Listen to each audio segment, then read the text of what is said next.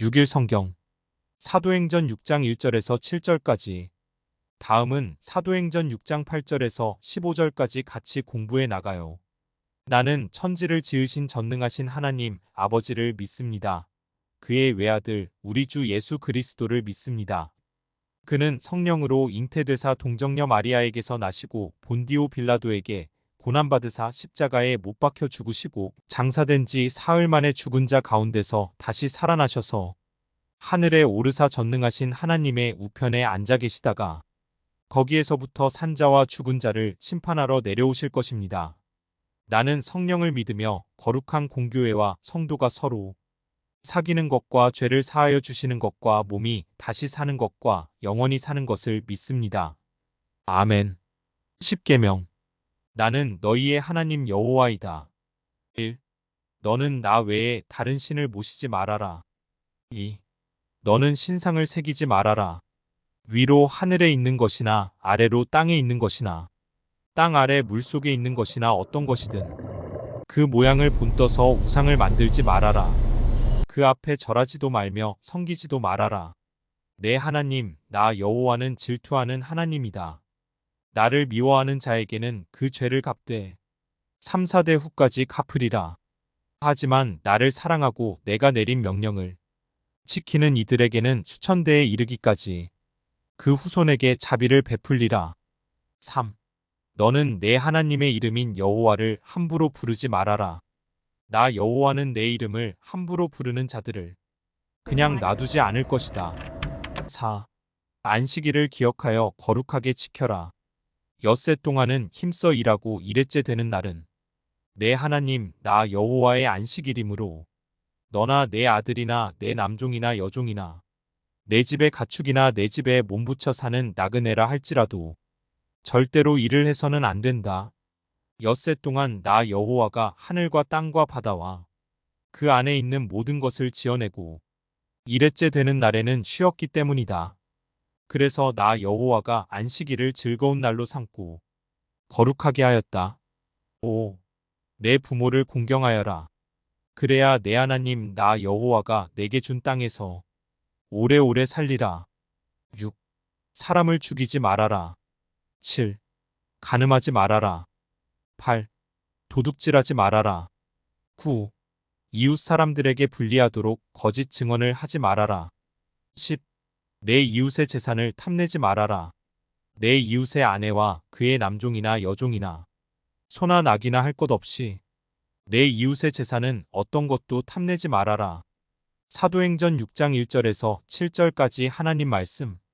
1. 그때의 제자가 더 많아졌는데 헬라파 유대인들이 자기의 과부들이 매일의 구제에 빠짐으로 히브리파 사람을 원망하니 이 12사도가 모든 제자를 불러 이르되 우리가 하나님의 말씀을 제쳐놓고 접대를 일삼는 것이 마땅하지 아니하니 삼형제들아 너희 가운데서 성령과 지혜가 충만하여 칭찬받는 사람 7을 택하라. 우리가 이 일을 그들에게 맡기고 사우리는 오로지 기도하는 일과 말씀 사역에 힘쓰리라 하니 온 무리가 이 말을 기뻐하여 믿음과 성령이 충만한 사람 스데반과 또 빌립과 브로고로와 니가노르와 기몬과 바메나와 유대교에 입교했던 안디옥 사람 니골라를 택하여 육사도들 앞에 세우니 사도들이 기도하고 그들에게 안수하니라.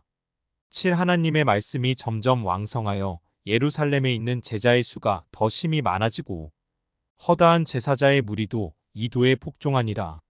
사도행전 6장 1절에서 7절까지의 내용 해설. 안녕하세요 시청자 여러분.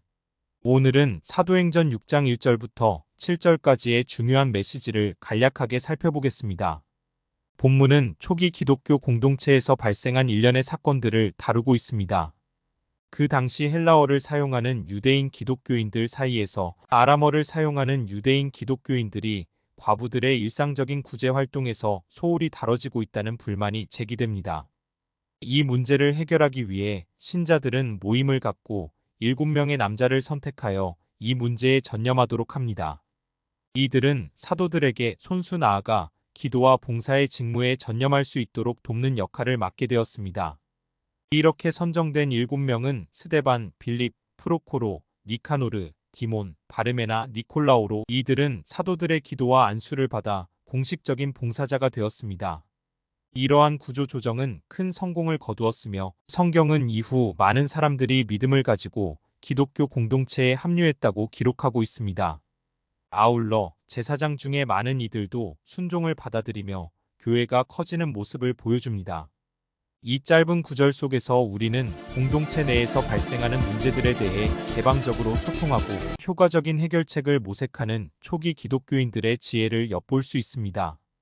또한 사도들의 전도와 가르침에 집중하면서도 공동체의 물리적인 필요를 소홀히 하지 않는 중요성을 깨닫을 수 있습니다. 1절 헬라파와 히브리파, 2절에서 4절 지도자를 세우자고 제안함. 12사도는 문제를 해결하기 위해 모든 제자를 모았다. 공동체의 재정과 살림이 제대로 돌아가지 않고 말씀 가르치는 일도 뒷전으로 밀려나 있었다. 사도들은 이 구조적 문제를 풀기 위해 재정과 살림을 섬길 사람 일곱을 세우자고 제안한다. 사도들은 이곱에게 봉사를 맡기고 기도와 말씀 사역에 전념할 것이다. 5절 일곱 지도자의 이름, 6절 일곱 지도자에게 안수하다. 무리는 사도들 앞에 7사람을 세웠다. 7절 제자의 수가 많아지다. 본문의 요약, 오순절 성령 강림을 통해 예루살렘에 예수님을 그리스도로 믿는 새로운 신앙 공동체가 생겨났을 때 그 안에는 갈릴리와 유대 출신의 제자와 새로 가입한 디아스포라 출신의 제자들이 서로를 형제자매라 부르며 공존하고 있었다. 갑자기 커져버린 공동체의 필요를 12사도가 다 섬기지 못하자 두 그룹의 묵은 긴장이 불청으로 터져나왔다. 그렇게 세워진 7 지도자는 사도들과 동역하며 공동체에 상존했던 갈등의 여지를 메워나갔다. 그들은 한 주님을 모신 한몸 제자 공동체였다. 갈등 해결의 원리. 그럼에도 성령에 사로잡힌 사도들의 헌신은 수많은 제자가 세워지는 놀라운 열매를 맺었습니다. 이것은 매우 좋은 일이었으나 그럼에도 교회 안에 문제가 발생했습니다. 헬라파 유대인들이 히브리파 사람을 원망하게 되면서 일종의 편 가르기와 충돌이 일어난 것입니다. 아람어를 구사하지 않는 외지인 출신 유대인과 토착 유대인들 사이의 미묘한 긴장 속에서 과부들을 위한 매일의 구제에 차별이 생긴다는 오해가 있었던 것입니다. 돌이켜보면 문제없는 교회는 없습니다. 교회란 성인들이 아닌 죄인들의 모임이며 완성된 작품이 아니라 공사 현장이기 때문입니다. 따라서 이것은 비정상적인 현상이 아닙니다. 주님의 몸인 교회가 성장하고 성숙하는 과정에서 자연스럽게 겪게 되는 성장통입니다. 그렇기에 12사도는 모든 제자를 불러 모았습니다. 사도들은 먼저 자신들의 사역이 하나님의 말씀과 관련되었음을 분명히 한 후 구제 사역을 담당할 이들은 따로 세우자고 제안합니다. 이에 온 무리는 그 제안을 기쁘게 여기고 7 집사들을 선택해 안수합니다. 예루살렘 교회의 갈등 해결 과정은 다음과 같은 이유로 아름답고 귀합니다. 첫째, 위기를 변화의 기회로 삼았습니다.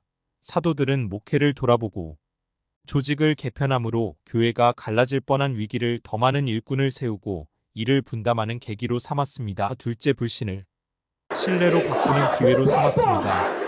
차별에 관한 오해와 지도층에 대한 불신이 생기자 사도들은 모든 제자를 불러 함께 논의했고 직접 7사람을 택하게 한 후 사도들의 권위와 직무 등을 나눔으로 서로 더욱 믿고 의지하는 공동체로 변모시켰습니다.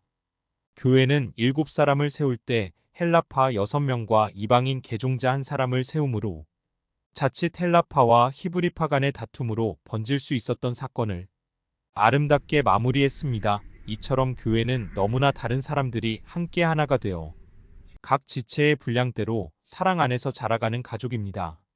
그렇기에 우리는 교회 안의 문제를 만날 때마다 오히려 사랑으로 하나 되어 그리스도의 장성한 분량까지 자라가는 기회로 삼아야 합니다.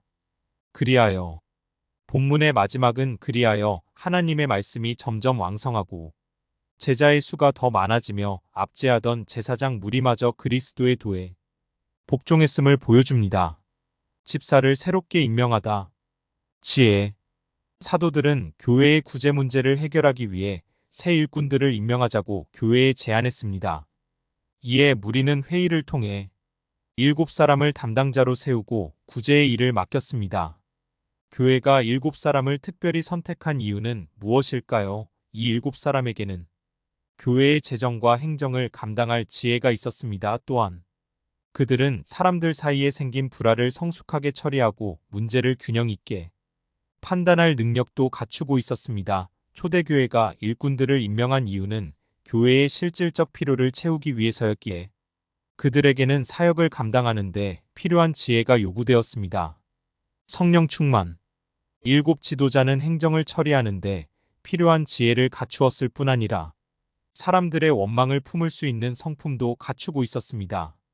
사도 바울은 이 성품을 성령의 열매라고 가르칩니다. 말씀과 기도, 생활을 통해 성령의 뜻을 깨닫고 순종할 때 그 사람의 인격 속에 맺어지는 열매가 바로 좋은 성품입니다.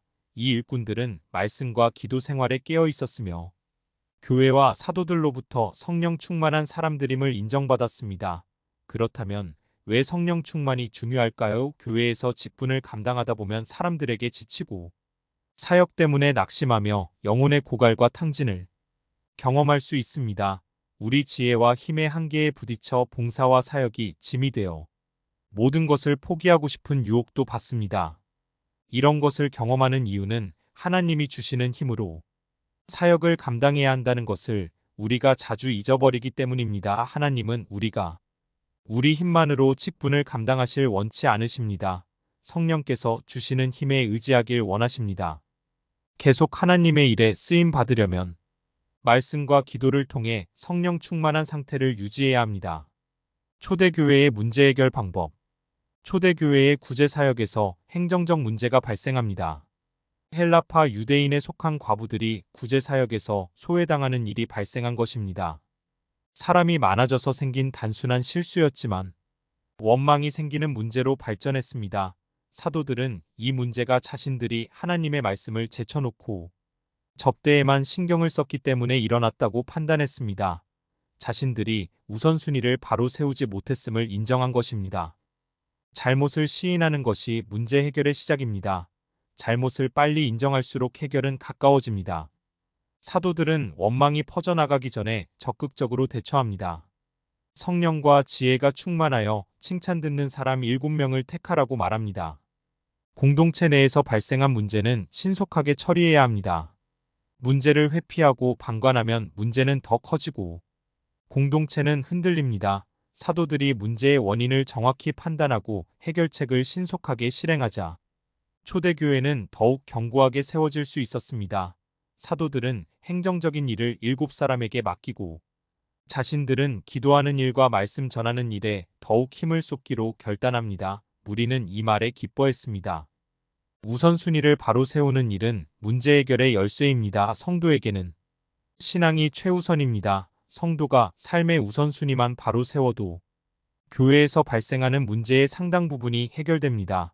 초대교회는 사도들을 대신해 구제사역을 맡을 일꾼들을 택하여 세웠습니다. 교회는 그들에게 안수했습니다. 공동체 안에 신실한 일꾼이 세워질 때 행정적 문제가 해결됩니다. 사도들은 7집사를 세우고 안수하는 일을 교회에 맡김으로써 신뢰를 보여주었습니다. 또 사역의 일정 부분을 위임해 문제를 해결했습니다. 사람은 혼자서 모든 것을 감당할 수 없습니다. 힘을 모으려면 사역을 나누어야 합니다. 동역자를 신뢰해야 합니다. 사도들이 기도하며 내놓은 해결책은 성공적이었습니다. 우선순위를 바로 세우고 사역을 위임하는 방법을 통해 초대교회 내에 있었던 원망의 불신은 완전히 사라집니다. 그 결과로 하나님이 말씀이 왕성해지고 제자의 수가 심히 많아졌습니다. 문제는 교회를 좌절시키지 못합니다. 문제는 절망의 대상이 아니라 극복의 대상입니다. 이로써 사도행전 6장 1절에서 7절까지의 내용을 간략히 살펴보았습니다. 초기 기독교 공동체가 어떻게 내적인 문제에 대처하고 더욱 성장하는 모습을 볼 수 있었습니다. 감사합니다. 사도행전 6장 1절에서 7절까지 하나님 말씀 1. 그때의 제자가 더 많아졌는데 헬라파 유대인들이 자기의 과부들이 매일의 구제에 빠짐으로 히브리파 사람을 원망하니 요약하면 헬라파와 히브리파 이 12사도가 모든 제자를 불러 이르되 우리가 하나님의 말씀을 제쳐놓고 접대를 일삼는 것이 마땅하지 아니하니 요약하면 지도자를 세우자고 제안함. 삼형제들아 너희 가운데서 성령과 지혜가 충만하여 칭찬받는 사람 일곱을 택하라. 우리가 이 일을 그들에게 맡기고 요약하면 지도자를 세우자고 제안함. 우리는 오로지 기도하는 일과 말씀 사역에 힘쓰리라 하니 요약하면 지도자를 세우자고 제안함. 온 무리가 이 말을 기뻐하여 믿음과 성령이 충만한 사람 스데반과 또 빌립과 브로고로와 니가노르와 디몬과 바메나와 유대교에 입교했던 안디옥 사람 니골라를 택하여 요약하면 이곱 지도자의 이름 육사도들 앞에 세우니 사도들이 기도하고 그들에게 안수하니라. 요약하면 이곱 지도자에게 안수하다. 하나님의 말씀이 점점 왕성하여 예루살렘에 있는 제자의 수가 더 심히 많아지고 허다한 제사자의 무리도 이 도에 복종하니라. 요약하면 제자의 수가 많아지다. 주님의 기도. 하늘에 계신 우리 아버지. 아버지의 이름이 거룩히 높임을 받으시며 아버지의 나라가 임하소서. 아버지의 뜻이 하늘에서 이루어진 것 같이 땅에서도 이루어지게 하소서. 우리에게 날마다 필요한 양식을 주소서. 우리가 우리에게 죄 지은 자를 용서하였습니다. 우리의 죄를 용서하소서. 우리를 유혹에 빠지지 않게 하시고 악에서 구하소서. 나라와 권세와 영광이 영원토록 아버지의 것입니다. 주 예수 그리스도의 이름으로 기도드립니다. 아멘. 생명의 살 플러스 2023년 6월호 해설 부분을 요약해서 사용했습니다.